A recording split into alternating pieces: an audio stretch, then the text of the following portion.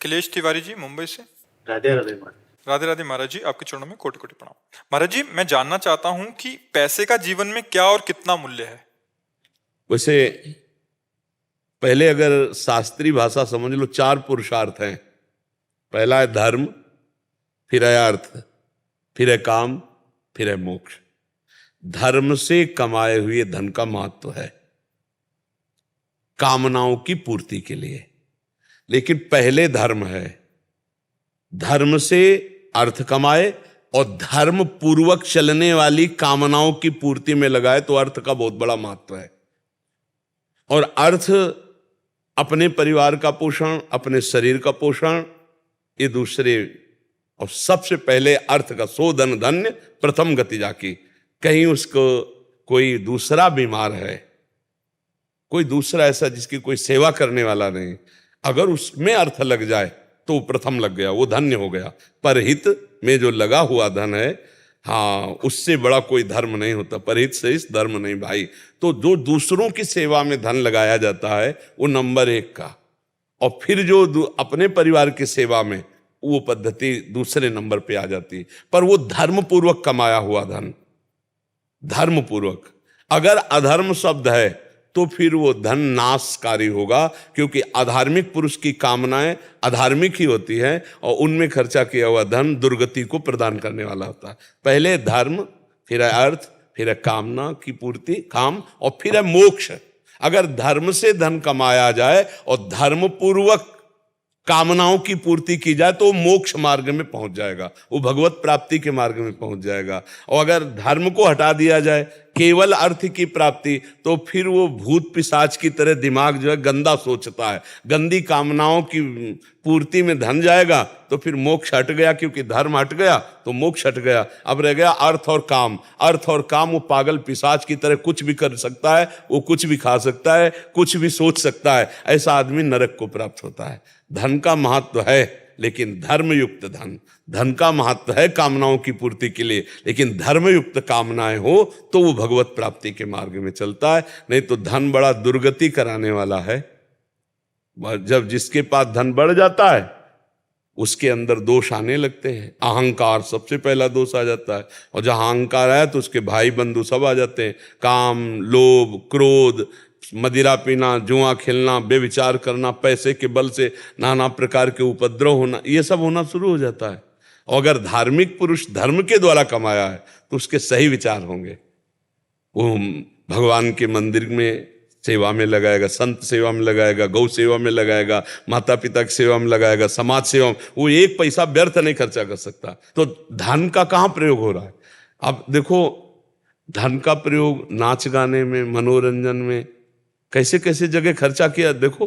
तो धन का सदुपयोग होना तब तो ठीक है। धन का दुरुपयोग होना नाम के लिए, कह दे भाई नाम के लिए ना, भगवान के लिए, जो भगवान के लिए दिया जाता है सो धन धन्य प्रथम गति जाती। परोपकार के लिए दिया जाता है।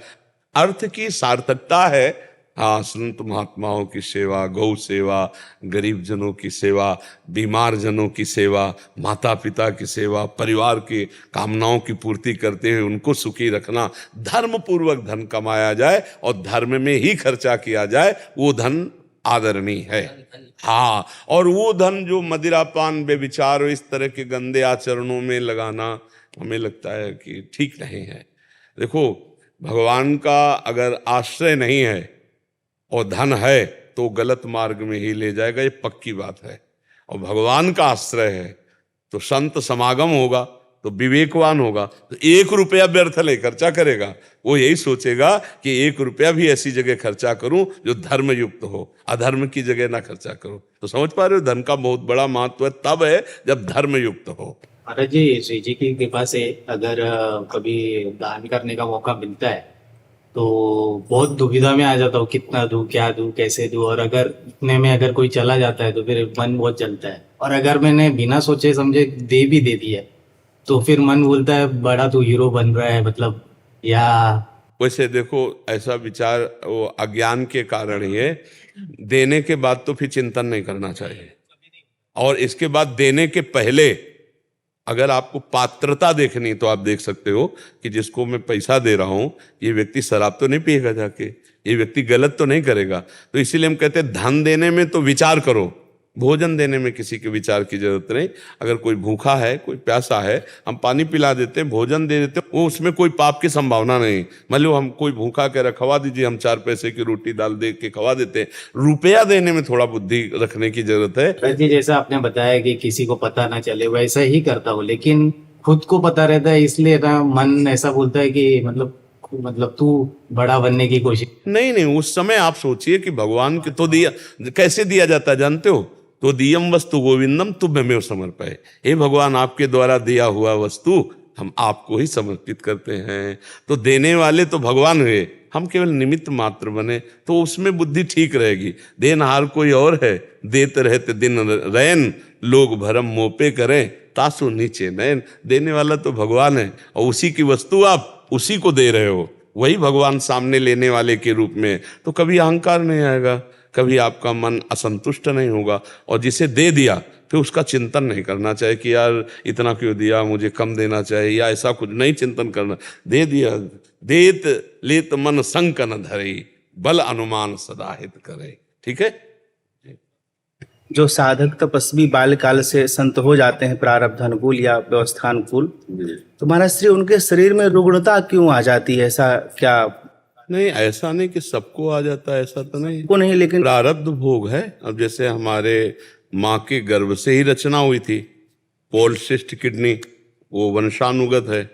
या मध्य में किसी को कोई बड़ा भयानक रोग हो जाता है, बड़े बड़े महापुरुषों को कई तरह की पीड़ाएं देखी गई हैं। तो पहली बात तो ये होता है कि शरीर की रचना पहले हुई है और साधना अब हो रही है।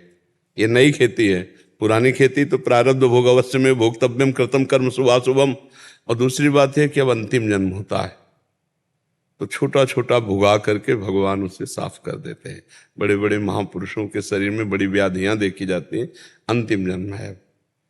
अब ये माता के गर्भ में आने वाला शरीर नहीं है, इसलिए अब इसको बार बार भोग करके कभी ये रोग कभी वो रोग, कितने कष्ट। और दूसरा ये होता है कि कुछ महापुरुष जन शरणागतों के अपराधों को अपने में लेकर उनको निर्विघ्न साधना में बढ़ने के लिए चांस देते हैं कि आप परमार्थ पे चलो।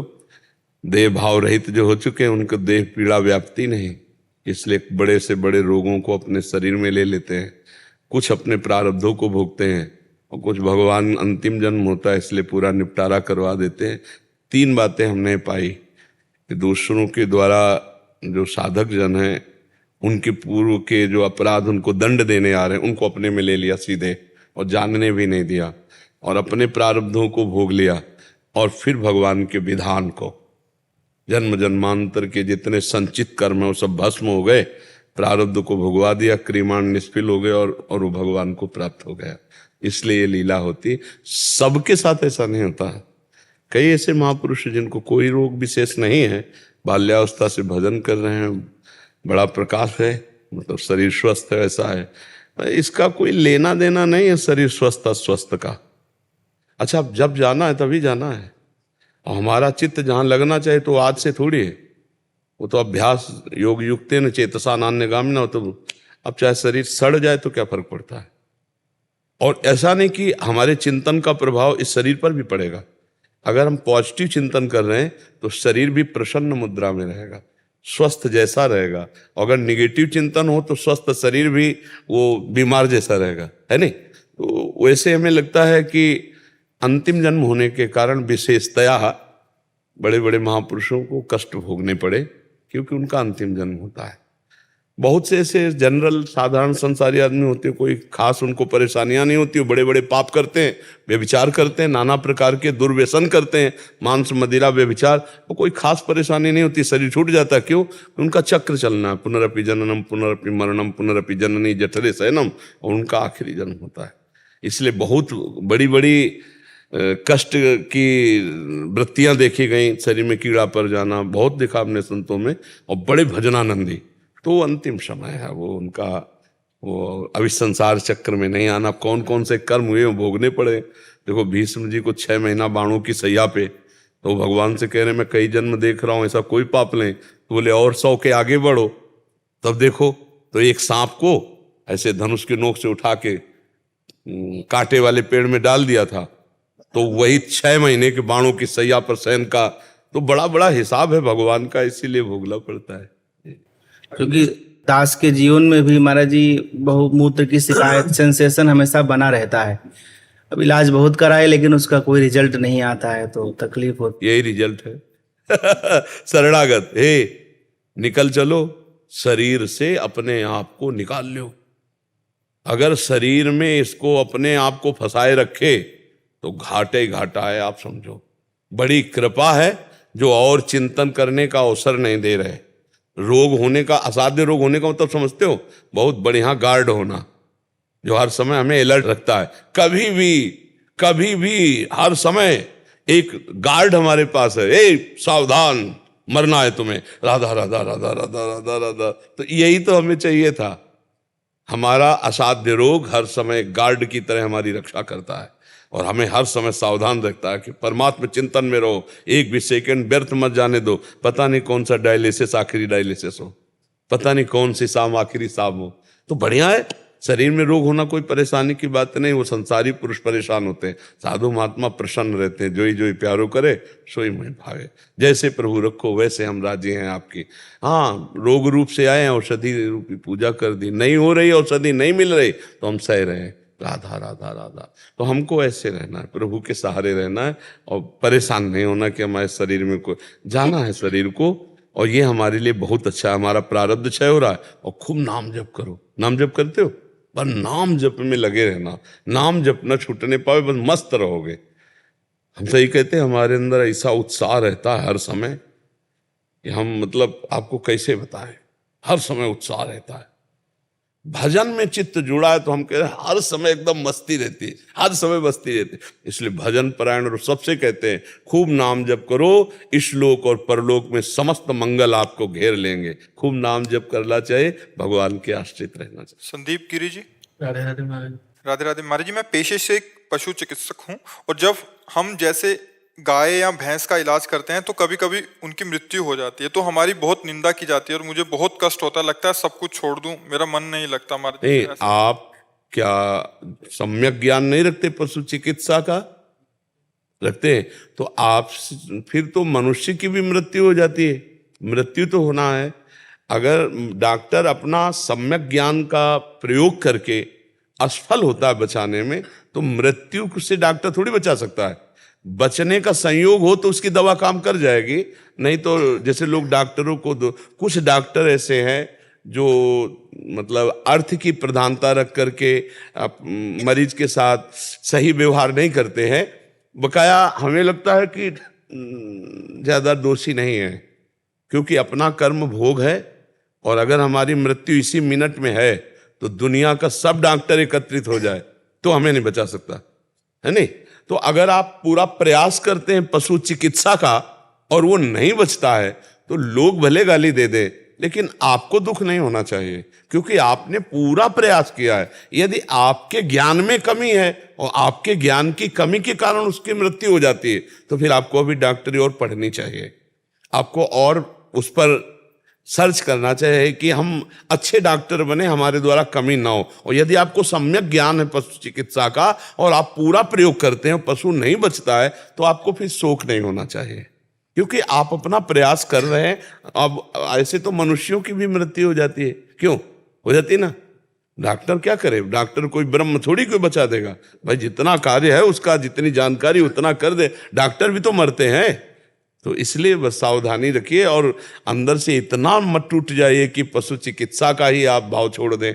ऐसा नहीं ठीक है, क्योंकि कोई भी तैयार होता है तो बड़ी मेहनत से तैयार होता है। आप एक अच्छे डॉक्टर तैयार हुए हो तो आप हजारों पशुओं को बचाते भी तो हैं। ऐसा थोड़ी सब पशु मर ही जाते हैं क्या? नहीं, कोई तो मर गया तो मान लो उसका संयोग है, अब उसको जाना है, आप प्रयास कर रहे हैं, नहीं बच पा रहा, वो बात अलग है। आपके द्वारा ऐसा थोड़ी कि जितने पशुओं की आज तक मरी गए सब है। नहीं, ऐसा हो तो बात फिर समझना पड़ेगा चाहे जितना भला पशु हो, आपके हाथ पड़ा तो गया वो, मतलब तो फिर समझना पड़ेगा कि डॉक्टरी में कुछ कमी है। नहीं तो ऐसा नहीं है। ऐसा संयोग तो मनुष्यों के डॉक्टरों में भी हो जाता है कि वो प्रयास किए असफल रहे। जी। हरिओम तिवारी जी, अयोध्या जी से। महाराज जी सादर प्रणाम। महाराज जी एक जिज्ञासा है, ग्रंथों में संजन कहते हैं कि अहिंसा परमो धर्म। महाराज जी इनका भाव है कि अहिंसा परम धर्म कहते हैं, बट हाथ देखा जाता है कि धर्म के नाम पे बहुत सारी लड़ाइयाँ झगड़े होते हैं। और फिर जब हम कथा करने आदि जाते हैं तो लोग कहते हैं कि जब हम उपदेश करते हैं उनको कि अहिंसा परम धर्म है, तो कहते हैं राम और रावण का भी युद्ध हुआ था, महाभारत का भी युद्ध हुआ था। तो महाराज जी इस पे हम कैसे? अहिंसा परमो धर्मा है, लेकिन ये बात समझनी पड़ेगी कि अहिंसा का स्वरूप क्या है। अहिंसा का स्वरूप केवल इतना ही नहीं समझा जाता कि हम मन वचन कर्म से किसी को दंड ना दें, इतने तो अर्थ केवल लगाया जाता है। नहीं, अहिंसा वो भी है जो हमारे धर्म की हानि हो रही हो और उसको दंड दे रहे हैं, वो भी अहिंसा है। हमारे राष्ट्र की, हमारे धर्म की, हमारी मर्यादा की जो कोई हानि कर रहा हो, जो हमारे द्वारा रक्षणीय है, जो हमारे शरणागत हैं, उनकी कोई हानि कर रहा हो तो उसको शासन में लेना, उसको मृत्यु दंड तक दे देना, ये भी अहिंसा ही होगी। अहिंसा भगवान भी उपदेश दे रहे हैं, लेकिन कह रहे इनके गले काटो, ये अधर्मी हैं। अहिंसा का उपदेश भगवान ने नहीं किया क्या गीता में? जगह जगह भगवान ने किया है। अहिंसा को हम लोग केवल इतना ही समझ रहे हैं क्या? धर्म विरुद्ध आचरण करने वाले को पवित्र करने के लिए दंड विधान है, और उसको दंड देना यह अहिंसा के अंतर्गत ही है। अहिंसा को एक छोटे बिंदु में ना लिया जाए। अहिंसा का हम केवल इतना ले लेते हैं, वाणी के द्वारा कठोर शब्द न बोले, शरीर के द्वारा हमें कोई सता रहा है हम उसको हिंसा न करें, मन के द्वारा हम किसी का संकल्प भी न करें अहित होने का। ये उसका अहित नहीं हो रहा है, ये उसका हित हो रहा है। वो पापात्मा जीव जिएगा तो खुद पाप करेगा और लाखों को दुखी करेगा। इसलिए उसका इस समय दंड विधान के द्वारा पावन करना और उसको हिंसात्मक वृत्ति जो उसकी है उसको रोकना, ये सबसे बड़ी हिंसा होगी। अब इसको तो शास्त्र के वचन को केवल शब्दार्थी नहीं समझा जाता, भावार्थी भी समझा जाता है, अनुभवार्थी समझा जाता है, केवल एकदम शब्द पे लकीर नहीं खींची जाती है। इसीलिए संसारी लोग इस विषय को क्या जाने। भगवान जो अहिंसा का उपदेश करते हैं ब्रह्म ऋषियों के रूप में और भगवान के रूप में, तो देखो दंड देते हैं कि नहीं देते हैं? क्या ऋषि जन दंड नहीं देते? जो अहिंसा परमो धर्मा जिनके हृदय में बैठा हुआ है, वो वेन के समीप जाते हैं और हुंकार मात्र से उसको मार देते हैं। कथा सुनाते हैं, आप तो जानते होंगे वेन चरित्र को। क्या वो अहिंसा को नहीं जानते हैं क्या? क्यों मार दिया? और फिर उन्हीं की बाजू से, दाहिनी बाजू से भगवान पृथु और अर्ची का प्रादुर्भाव करके जगत का मंगल करते हैं। अधर्म को रोकना, अधर्मी को दंड देना और अधर्म का विनाश करना, चाहे शब्द के द्वारा, चाहे ताकत के द्वारा, चाहे अस्त्र के द्वारा, ये अहिंसा ही है, ये हिंसा नहीं है। क्योंकि उसको पावन करके उसका भी पावनता होगी जब दंड होगी और बहुत से लोगों की रक्षा हो गई। ये अहिंसा का स्वरूप है। रावण जैसे अत्याचारी वो भगवान ने दंड दिया, ये उसकी पावनता रही, और बहुतों को बचाया, ये भगवान की अहिंसा ही रही। ये हिंसा नहीं कही जा सकती। आप इस पर कोई भाव प्रस्तुत कीजिए अगर आपको संशय लग रहा हो। आज के समय क्षमा चाहेंगे। देखो आज के तो भ्रष्टाचार बुद्धि बढ़ रही है, ना शास्त्र है, ना शास्त्र समझ रहे, ना ब्रह्मचर्य है और ना बुद्धि पवित्र है। व्यभिचार, रसेंद्री और जनेंद्री की केवल भोग वासना का खेल हो रहा है। आप भ्रमण करते हो, हम तो भ्रमण कर चुके हैं और बैठे हैं। आप भ्रमण करते हो, आप देख रहे हो समाज का आज हालत क्या है। ये शास्त्र को समझेंगे। अधर्म आचरण जो हमारे धर्म मर्यादा पर आंच पहुंचा रहा है, हम उसकी बात कह रहे हैं। आज एक सबसे बड़ी बात समस्या क्या है? धर्म अधर्म की परिभाषा वो जानते ही नहीं। शास्त्र जो विमुख है बातुल भूत विवश मतवारे, तेने बोले वचन विचारे, तिनकर कहा सुनी नहीं काना। बात समझ रहे हैं ना? हाँ, जय श्री राम तो कालनेम भी बोला था ना। हनुमान जी ने बख्शा क्या? जय श्री राम कहने पे बख्शा क्या? पधरा दिया ना उसको, पूंछ में लपेट करके मारा कि नहीं? जो साधु वेश बन करके हनुमान जी को रोकने गया तो जय श्री राम ही तो बोल रहा था। तो जय श्री राम केवल तुम बोल रहे हो और मनमानी पापाचरण कर रहे हो, तो तुम कालनेम के परिकर के हो, तुम हनुमान जी के परिकर के नहीं हो, तुम राम जी के परिकर के नहीं हो, राम जी की बात को समझो, हनुमान जी की बात को समझो, तब होगा। नहीं तो कालने में भी तो राम बोल रहा था, जय श्री राम जय श्री राम। हनुमान जी ने पूंछ में लपेट के श्री राम जी के पास भेज दिया, पधरा दिया ना, उद्धार कर दिया ना। जिसकी बुद्धि शास्त्र सम्मत नहीं है, जो स्वयं धर्माचरण नहीं करता है, जो भजन नहीं करता है, जो धर्म शास्त्रों के रहस्य को नहीं जानता है, इन बकवादी लोग क्योंकि हम बातों को नहीं सुनते, नहीं मानते, इनको हम न जानना चाहते हैं। अगर ये हमें जानना चाहते हैं, यदि हमारे भगवान को जानना चाहते हैं, तो आओ और अध्यात्म को सुनो और समझो, फिर आप करो। जो धर्म की हानि कर रहा है, पहली बात तो है कि आप राजा नहीं हैं कि आप निर्णय करें। दूसरी बात यह है कि अगर कोई ऐसा विधान है, आपको लग रहा है कि अधर्माचरण, तो हमारा कानून है, आप कानून को समर्पित कीजिए, है नहीं, कानून को समर्पित कीजिए। हम भगवान की मर्यादा को समझने के लिए पहले भगवत चरित्रों का अवगाहन करें, कानों से सुनकर मनन चिंतन करें, शास्त्र को हम श्रवण करें। इसीलिए वेदो नित्यम अधीयताम, आचार्यों का आदेश है, संगासत्सु विधीयताम, महावाक्यार्थस्य विचारिताम, एकांते सुखमात्यताम। एकांत में बैठकर भगवान का, अब ये कहाँ रह गया है? हम तो बार बार व्यथित होते हैं इस बात से कि हमारे जो युवा पीढ़ी है वो ये girlfriend, boyfriend, live in relation और ये इंजेक्शन आदि की जो व्यसन वृत्तियाँ बहुत तरह, ये हमारी नई पीढ़ी को बहुत बर्बाद कर रहे हैं। अब इनके अंदर जो व्यसन की प्रवृत्तियाँ, व्यभिचार की प्रवृत्तियाँ, ये धर्म को क्या जाने, ये क्या जाने। ये उग्र स्वभाव मतलब हानिकारक अपने लिए भी और हमारे समाज के लिए भी हानिकारक है। देखो, हमारा जो धर्म है वो सबको आदर देने वाला है। जैसे भूमि है ना, इसमें सबको ही रह रहा है। क्योंकि जाने बिनु न होए प्रतीति, बिनु प्रतीत होए नहीं प्रीति। तो आज के समय में जानना ही नहीं कोई चाह रहा है। आपके माध्यम से वैसे बहुत जान रहे हैं, बहुत जान रहे हैं, हमें लग रहा है लाखों लोग सुलझ रहे हैं। अब तो किसी योग्य नहीं है, पर इतना जरूर है कि भगवान के आश्रित हैं, तो भगवान अपने निजजन की वाणी को वही पहुंचा रहे हैं, वही सबके हृदय में वैसे प्रभाव दे रहे हैं। करें करावें आप सब जने बढ़ाई दें, कर तो वही रहे हैं और बहुत बदल रहे हैं। अगर हम प्रयास करेंगे तो हमें लगता है कि हम बदल सकते हैं, क्योंकि हम भगवान के जन हैं। अगर हम सच्चाई से चलेंगे तो हम बदल सकते हैं। अगर हम एक एक बदलना शुरू करें अपने लोग ना, तो हम बहुतों को बदल देंगे। महाराज, सबसे ज़्यादा हमें जैसा कुछ पकड़ में आ रहा है आपके कथनानुसार, हम उपदेशकों की कमी हो रही है। हम जो उपदेशक हैं उसको व्यापार बना रहे हैं। हम जो उपदेशक हैं वो अपनी वासनाओं की पूर्ति का खेल खेल रहे हैं, इसलिए हमारे उपदेशों का कोई प्रभाव नहीं पड़ता है। अगर हम उपदेशक जगत मंगल के लिए बने, अगर हम दूसरों को स्वयं चख के बोल करके दें, जो हम शास्त्र पढ़े हैं वो हमारे जीवन का अनुभव हो, भले हमारे अंदर विद्वता नहीं, लेकिन हम जो खाया है वही बोल रहे हैं, तो निश्चित प्रभाव पड़ेगा। पूरा हलवा का वर्णन कर दिया, कभी बैठकर तसल्ली से बना के पाया, बोले नहीं, तो तुम्हारा वर्णन किस काम में आएगा, किसके ऊपर प्रभाव डालेगा। एक बार पहले तसल्ली से बनाते और बना के फिर हलवा पाते, और फिर जब हलवा का उपदेश करते तो तुम्हारे रोम रोम से हलवा का स्वाद दूसरों को आकर्षित कर लेता। तो कम से कम भगवदानंद का थोड़ा अनुभव हो तब तो है। अब यहाँ सब धन का, मान का, भोगों का बहुत आकर्षण चल रहा है। अब क्या एक गृहस्थ इस कथावाचक हो सकता है जो कथा से कोई नहीं लेना है? नहीं, भगवान की चर्चा गृहस्थ या विरक्त से मतलब नहीं है। भगवान की कथा करने का अधिकार सबको है जो आचार्य परंपरा से जुड़ा हुआ है।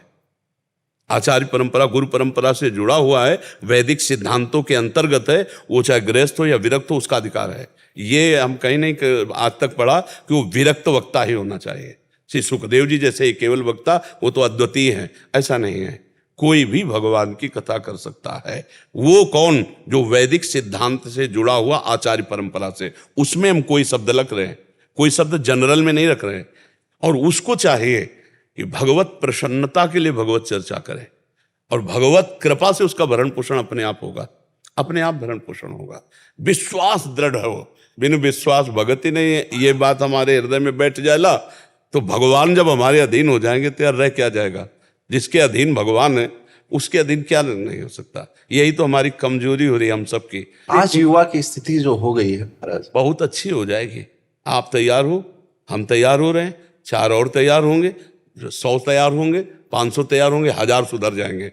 हमें अपनी कमजोरी ठीक करनी है। अगर हम आप सुधर गए तो बहुतों को सुधार देंगे। होता क्या है महाराज, जैसे आप कहते हो कि आज हजारों बर्बाद हो रहे हैं, वो कह रहे हैं हजारों बर्बाद हो रहे हैं, लेकिन सुधरना हम आप शुरू करें, हम आप शुरू करें सुधरना, तो हम पूरे विश्व को सुधार सकते हैं।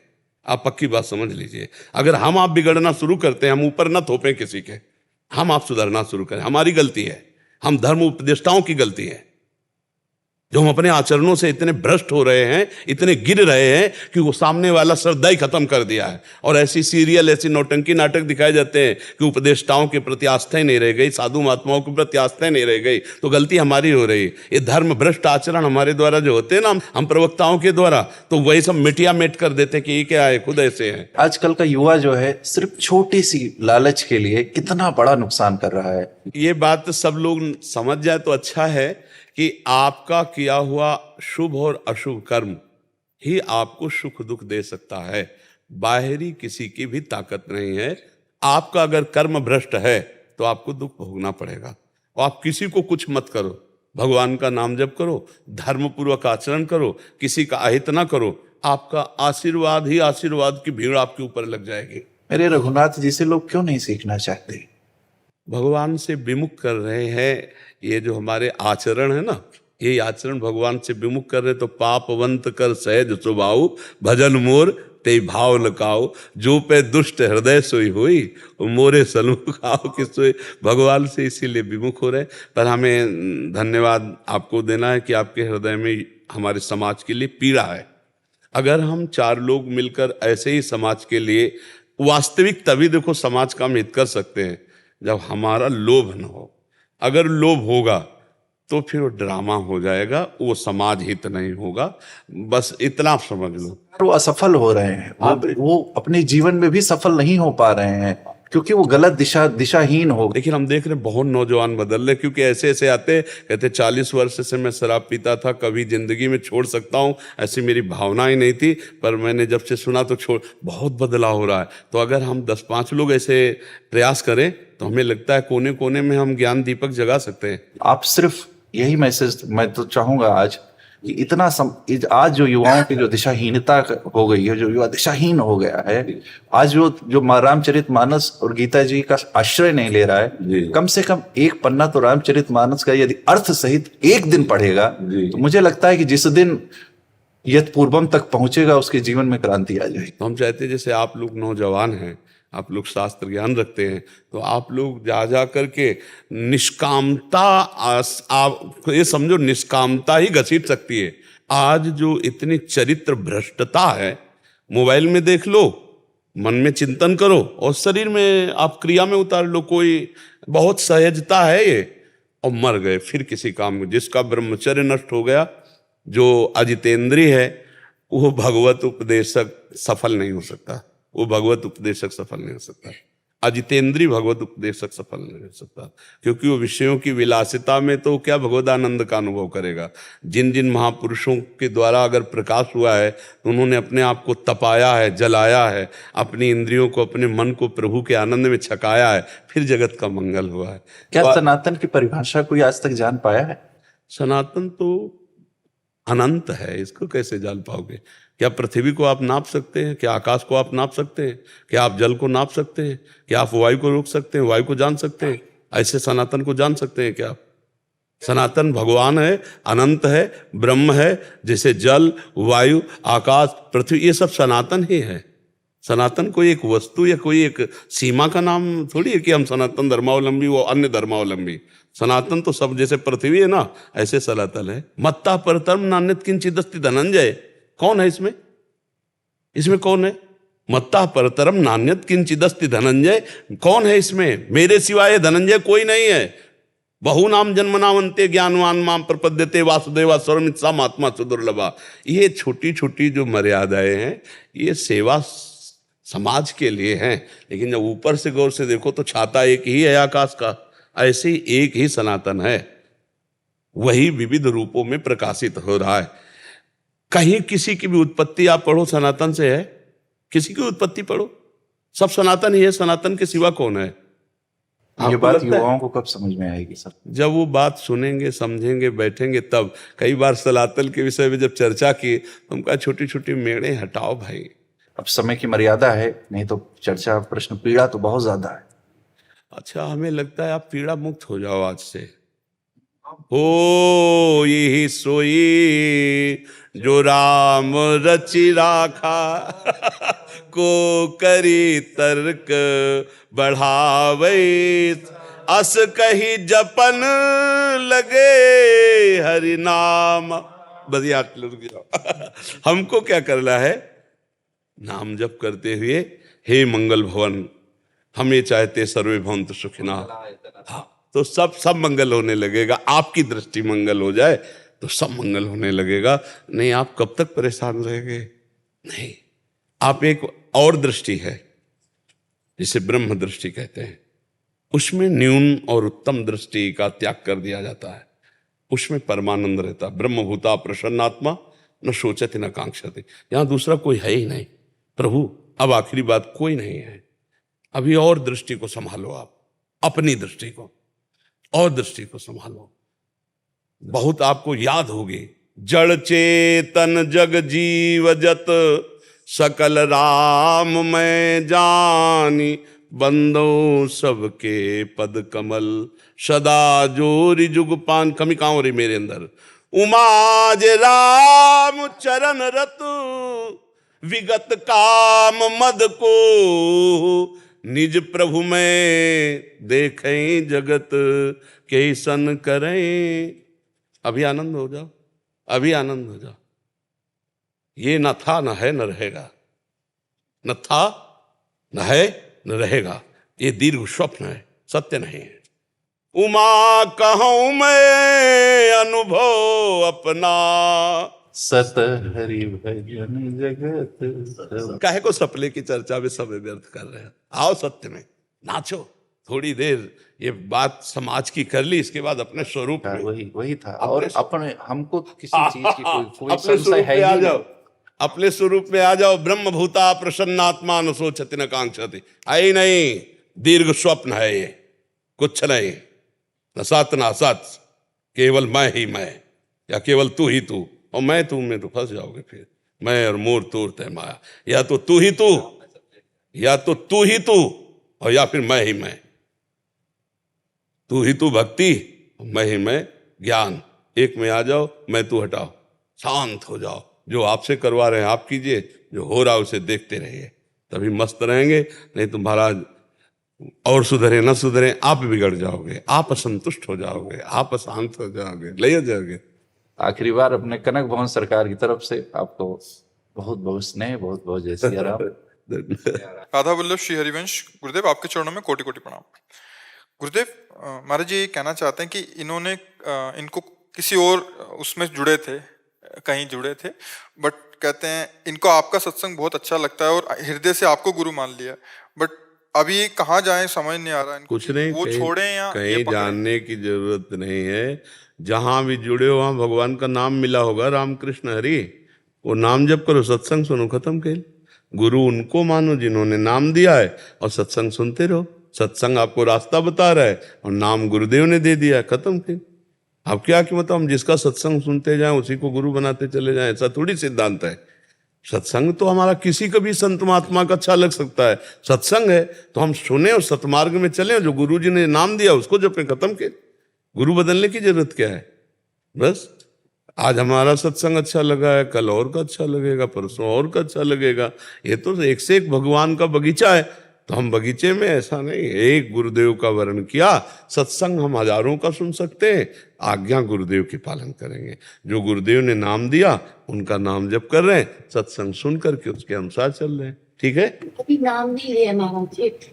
हाँ, नाम नहीं लिया तो फिर बात बन सकती है, क्योंकि नाम नहीं लिया, गुरु मंत्र नहीं लिया, तो चलो फिर ले लो जहां मन आवे। सत्संग सुना, जहां राग अनुराग बढ़ रहा है हम वहां ले लेते हैं। लेकिन अगर हम नाम ले लिया तो फिर अवहेलना न करें, उसी नाम का जप करें जो गुरु जी ने नाम दिया। सत्संग सुनते रहें और सतमार्ग में चलते रहें।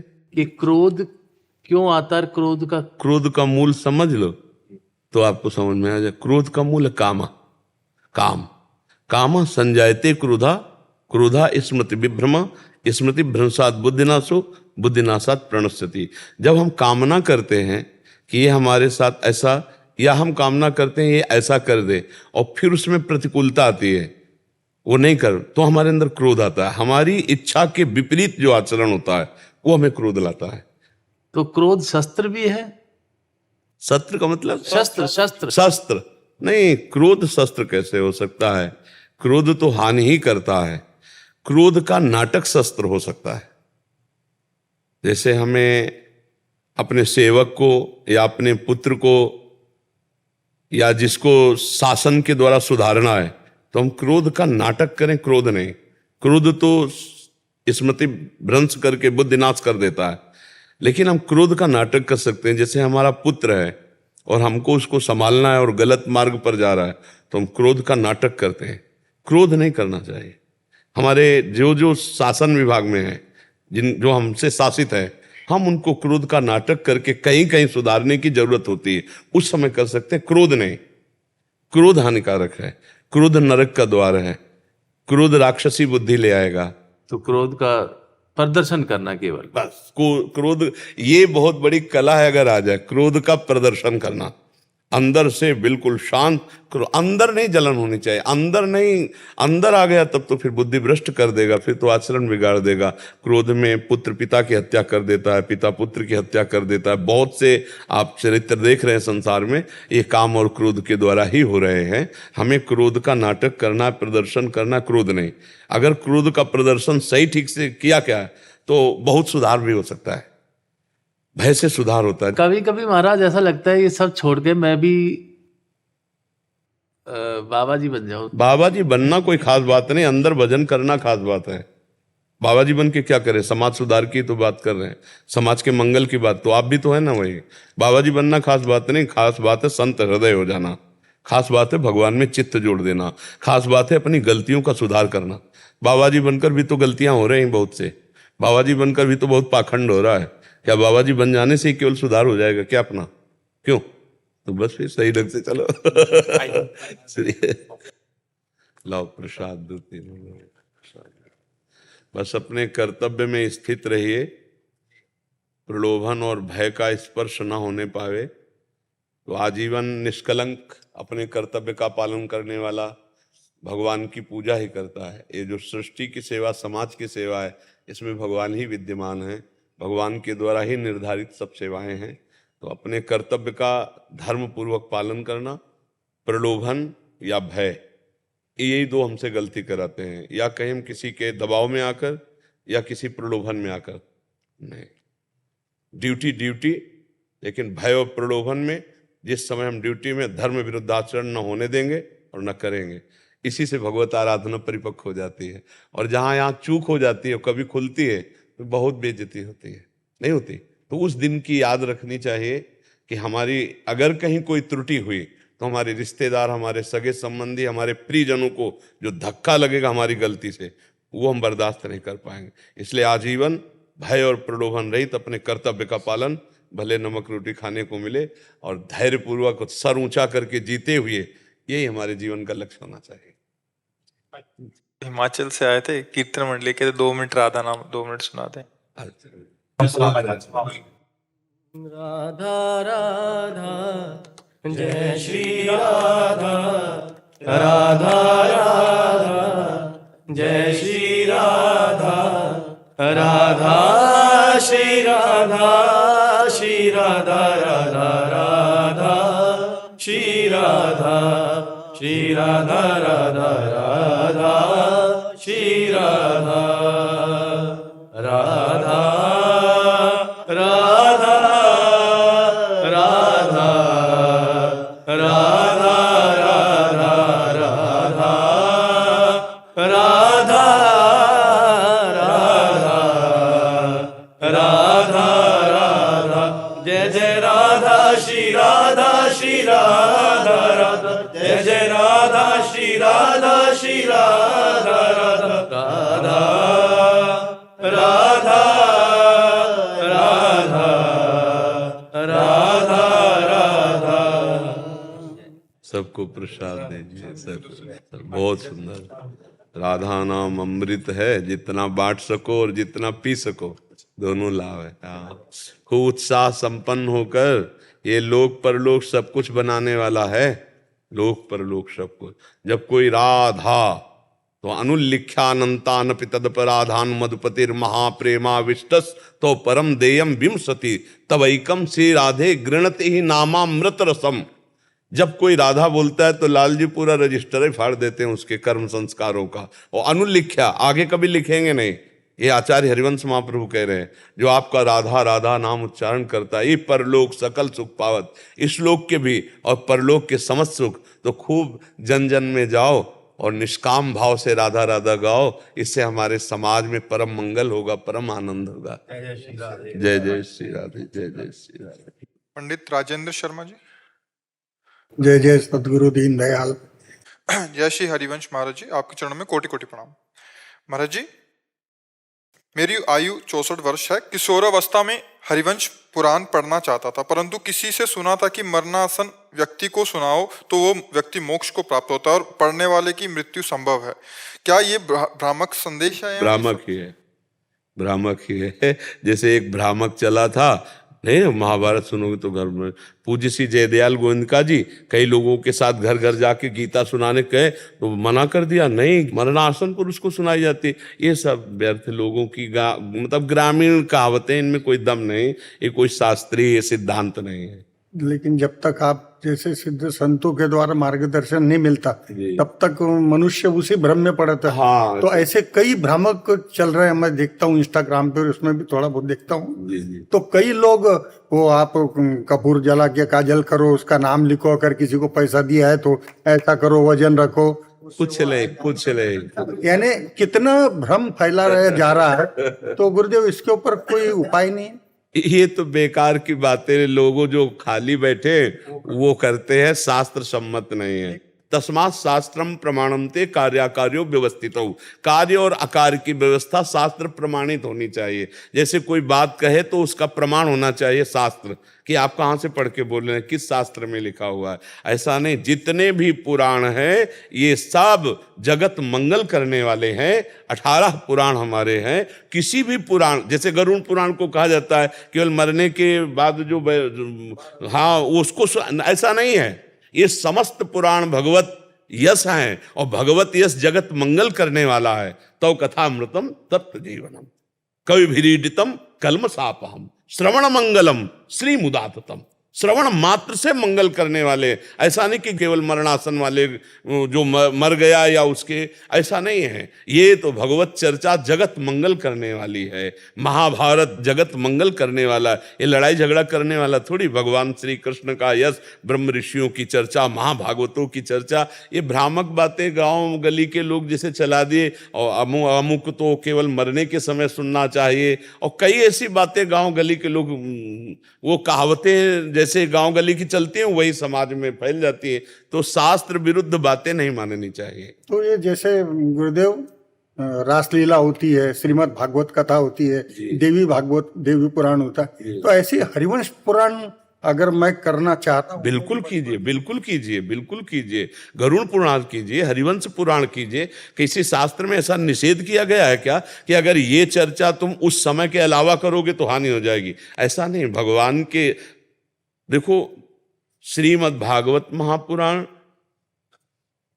कौन सा ऐसा विषय नहीं जो हर पुराण में हो और श्रीमद् भागवत महापुराण में ना हो, क्योंकि आखिरी रचना है भगवान व्यास देव जी की।